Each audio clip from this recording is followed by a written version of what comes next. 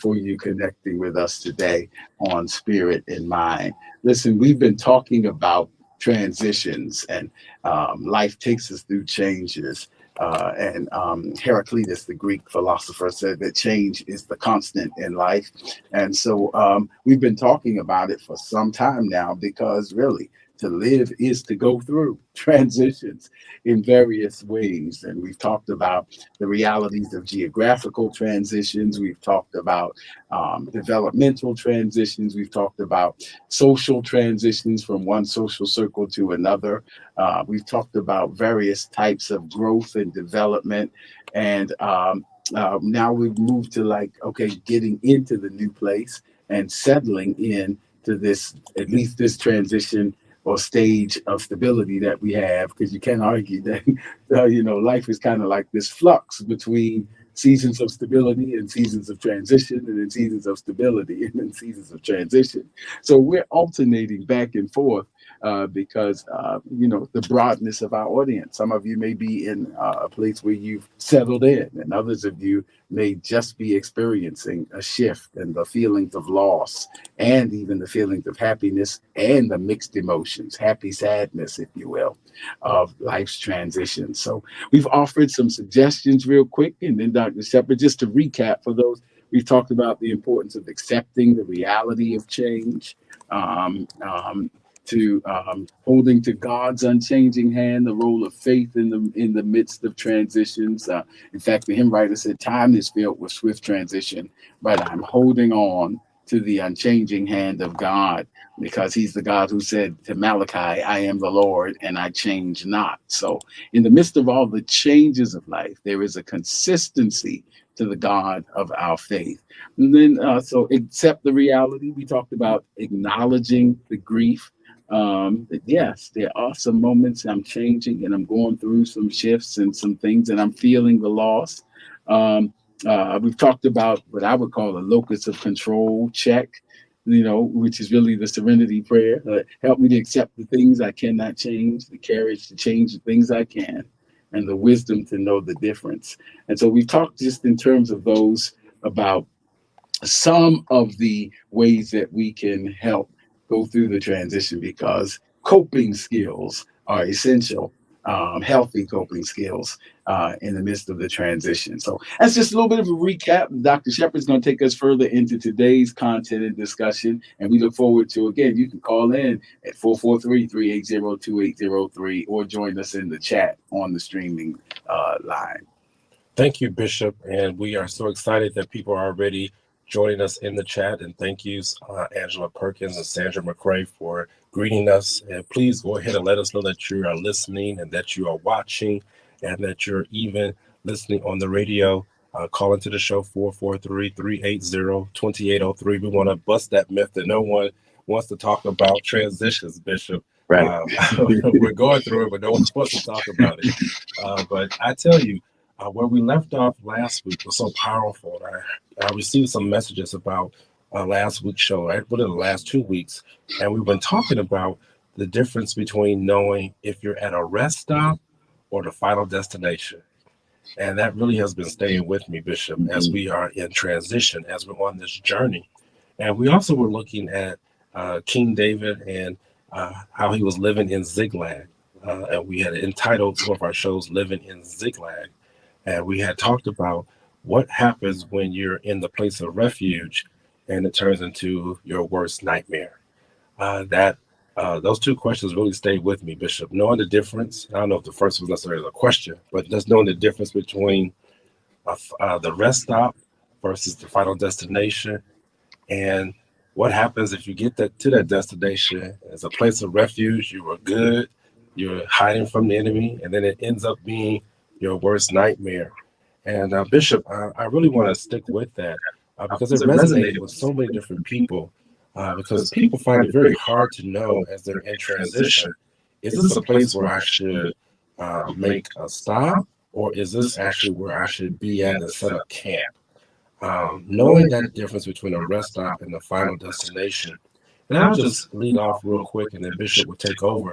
But even in my study time today and in prayer time, I was just thinking about the mindset of how do you know the difference between if you're at the rest stop or if you're at the final destination? And it really takes a faith mindset. It takes the right mindset. It takes a determined mindset to know. In that mindset, you have to recognize those distractors. So that's my first point I'm going to put out. How do you recognize if you're at a rest stop versus a final destination? Look at if there are distractors present that will help in choosing if this is a final stop for you or is it a rest stop for you. Well, what are you talking about, Dr. Shepherd? Well, there are decisions that are made out of our mindsets. Many times we make decisions out of a rushed mindset. We're worrying, we're stressed, we're frustrated, and we'll make decisions. We'll make some critical decisions when we're in the wrong mindset. And I understand how that is, because honestly, I believe that there are many things that that we will put on ourselves because we get distracted. We allow ourselves to get distracted, and the enemy himself will distract us. He doesn't have power over us, but he will distract us so that our mindsets get clogged up. I don't know if anyone out there does laundry, but if you have a dryer at your house and you know that there is that filter, and if that filter stays clogged, it will not dry those clothes as well as it should. And so sometimes you have to make sure that filter, that sometimes you have to make sure that filter is clean. Otherwise, those towels and those other things that we put into the dryer, they won't dry as fast. And it's a distractor. And you get frustrated looking at the dryer like, what's wrong with you? I got to go buy a new one. No, it's because the filter is clogged. And so it really let me know, Bishop, that sometimes we don't know if we're at the right stop, the rest stop, or the final destination because we got distracted and we just ended up at a destination and we don't know whether or not is it really meant to be for me to stay here or just stay here for a few days, a few years, or is this really the final destination? So we want to make sure we're recognizing those distractors. There was one example also that I heard even this past week. People commonly would tell me, "Hey, Shepherd, you know, I was going to be a doctor too, but I just couldn't grasp that math or science. I just couldn't do it. It was just too hard for me." And they decided to choose another profession. They decided to choose something else. And sometimes I wonder, like, man, do we end up settling and or giving up because something seems a little bit too hard for us? Even though we know that that was the ultimate goal, we know that this is what we desire, we know that that's what our passion is, but now we ended up settling because we got distracted because something came too hard, something became too frustrating for us. It's something that we didn't want to do anymore. And so, Bishop, that's what I was really pondering this morning, that these distractors, how do we recognize these distractors and how do we allow these distractors to infiltrate our mindsets to where it doesn't help us to recognize, hey, am I at a rest stop or am I at a final destination as I'm going through this life with transitions? Absolutely. Good. I was it's so enjoying what you were just sharing, Dr. Shepard, for several reasons. One is, I don't know if we talked about this, but I'm in the middle of preaching a series at the Tabernacle, and the preaching series is literally entitled Mindset Matters. Wow. And so to hear you talk about mindset is just really confirmation. Some of our Tabernacle families watching now, and so they know we've been talking about mindset matters. It was inspired from First Peter 1:13, when Peter says, "Gird up the loins of your mind and be sober." And it's an interesting phrase without getting too much into it, but it suggests that to gird up the loins of your mind suggests that our thoughts have reproductive power. Oh, yes. And so there's this whole idea of, he says, you got to be sober in this season. And so a lot of what I teach in the classroom has to deal with making distinctions between critical thinking and emotional reasoning. Yes. And they're two different kind of activities. So two different phenomena. And so in this case, he says it's the time we got to be sober.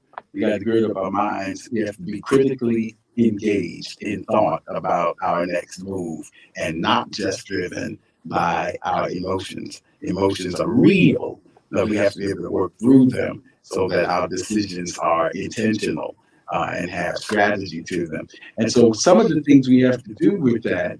Um, yes, absolutely. I see Janet Rogers. That's good for planning. It sure is. It sure is. That's how that convicted me. I'm so with you there. And so mindset matters. That's what it was just saying to me. And so sometimes, to be honest, first of all, I'll deal with some of the spiritual parts. Of course, first of all, pray. But my definition of prayer, and I come from the position that we can't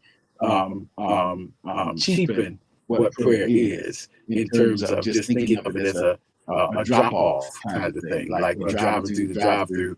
Saying, I want this, give me this, give me that, give me that. And then when we turn the corner, we want the server to have it, and then we just pull off and go about our business. Well, that's not really prayer in the fullest biblical sense. Prayer is really not a monologue, but a dialogue. And it gives God time to respond. And God responds in various kinds of ways. And it's what we call in spiritual formation and spiritual development disciplines as contemplative prayer. Where we, as the psalmist said, in that law does he meditate both day and night, where we work through our issues and where we allow God to do the scriptures say, search me and know me. Show me my inner thoughts in the language of to make it a little psycho-spiritual. Show me my core beliefs. show me my internal dialogue. Show me the things that are shaping my decisions and show me what I need to work through so that I can separate avoidance from attachment issues.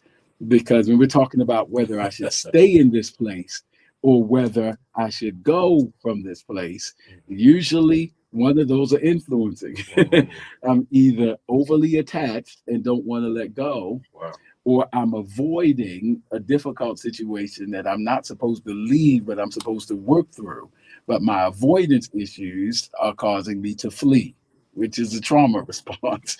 And so am I being avoidant or am I being, this is a time for attachment? And so you have to work through those. And I emphasize the word work because it surprises people sometimes to know that self-development and self-improvement is work for all of us. It's work. Actually, that's the heart of it.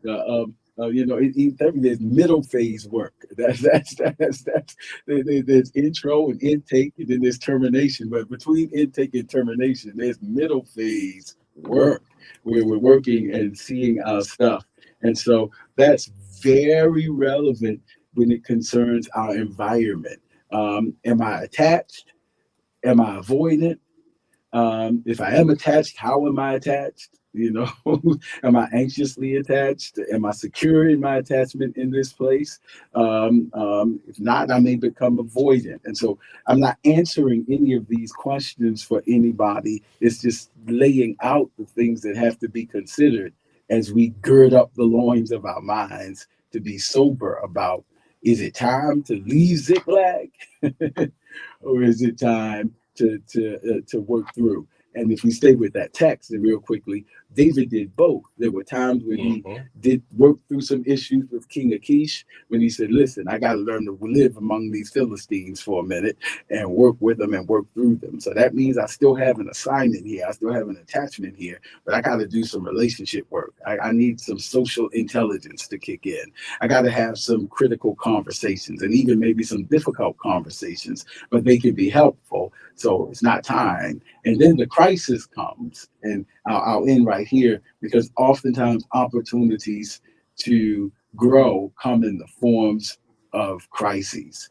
So does this crisis mean grow or does it mean go? Is the critical question. I'm just raising stuff to say this is what we're working through. That takes work. It's not a quick fix. It's not a pill you can take and everything becomes clear. It's like you got to work through that. And sometimes to do that, it takes more than us, and I really will stop here. It takes more than us trying to work through it by ourselves. Wow. Sometimes we need someone to talk to.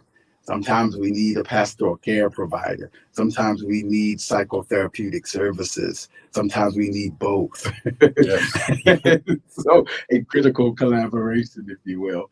But the point is, what it means is that I want to work through these issues, and I don't want to try to self-indulge because I may not be able to see my own hindrances and blockages, and so I need help. So there's help and hope for anybody who's in those places. Dr. Shepherd, please take us further.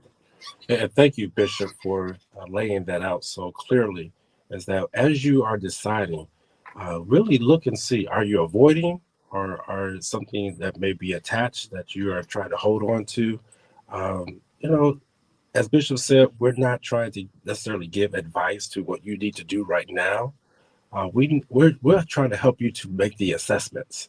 Right. That really is what we're providing, because there's so many different unique situations that can be applied to what we're talking about today. Please do not take this and then run to your pastor and say, "Oh my Lord, I was on listen to Spirit in Mind. That's time for me to leave that church." That is not Please. what we are saying. And don't even run and tell your doctor, "Oh my Lord, they told me I need to avoid this medication." That is not what we are saying. I just want to make sure we're clear, because I can kind of feel that, Right. because people are always looking and grasping for that next move. And what I can hear the Spirit saying is that you need to stop and assess. You need to really look and make sure you're not distracted. And I felt what you were saying, Bishop, because so many times we will make decisions when we are distracted. We'll get distracted while we're driving. Mhm. And yes, I know you're listening to us even while some of you are driving, and some of you might even have to pull over because the Lord is speaking to you right now. But we want to make sure you are not distracted, because when you are distracted even while driving, you will tend to make errors. You'll tend to get into accidents. You'll tend to cause someone else to get hurt. Isn't that something who wasn't even bothering you? And then you find yourself you are unscathed. And that's the thing that really trips me out, is that when those who are drunk, many times they survive the accident, but it's the person who was minding their own business who gets hurt because of the distractors, because of the being under the influence. And so we really are man, Bishop, I tell you, this is good. I feel that analogy right there about driving is good, because I know, like you said, we get distracted and we may think we're handling all of it. Get a good text line going and we texting and driving, but the data shows that our driving skills are being affected. yes. Even though we think, because our world is small in my little vehicle, but ask the person behind you. Wow. Ask the person in the other lane. Right.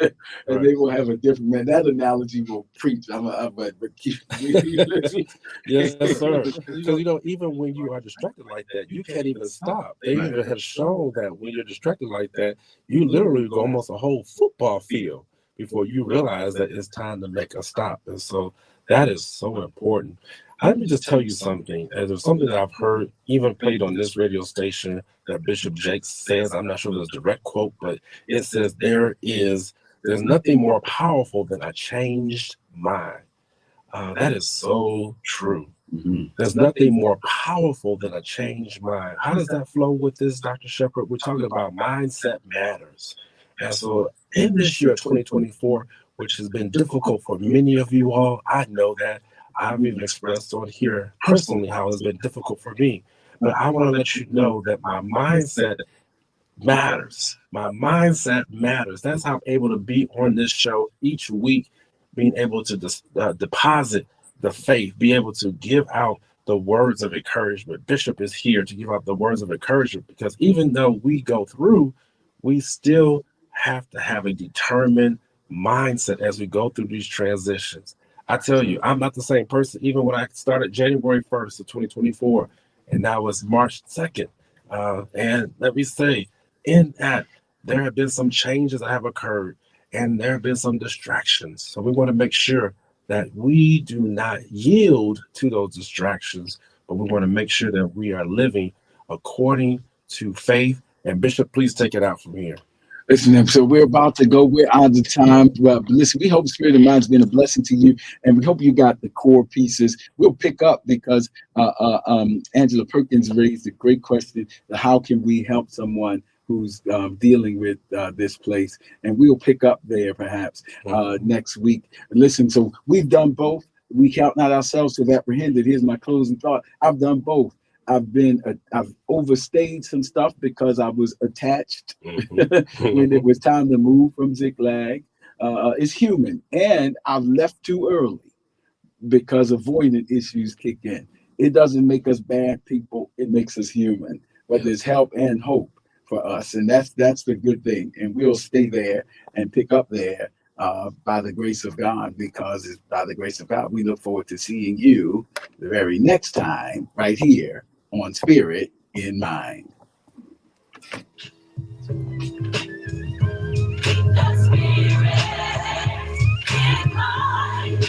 Don't forget to follow us on social media.